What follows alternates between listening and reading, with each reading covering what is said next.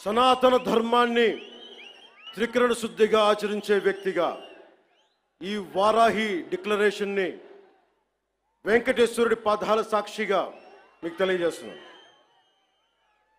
ఏ మతానికి ఏ ధర్మానికి భంగం వాటిల్లినా ఒకేలా స్పందించే విధంగా లౌకికవాదాన్ని పాటించాలి.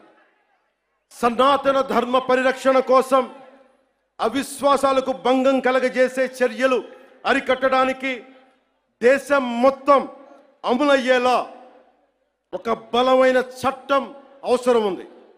దానిని తక్షణమే తీసుకురావాలి. ఆ చట్టాన్ని అమలు చేసేలా జాతీయ రాష్ట్ర స్థాయిల్లో సనాతన ధర్మ పరిరక్షణ బోర్డు ఏర్పాటు కావాలి. దానికి ప్రతి ఏటా నిధులు కేటాయింపబడాలి.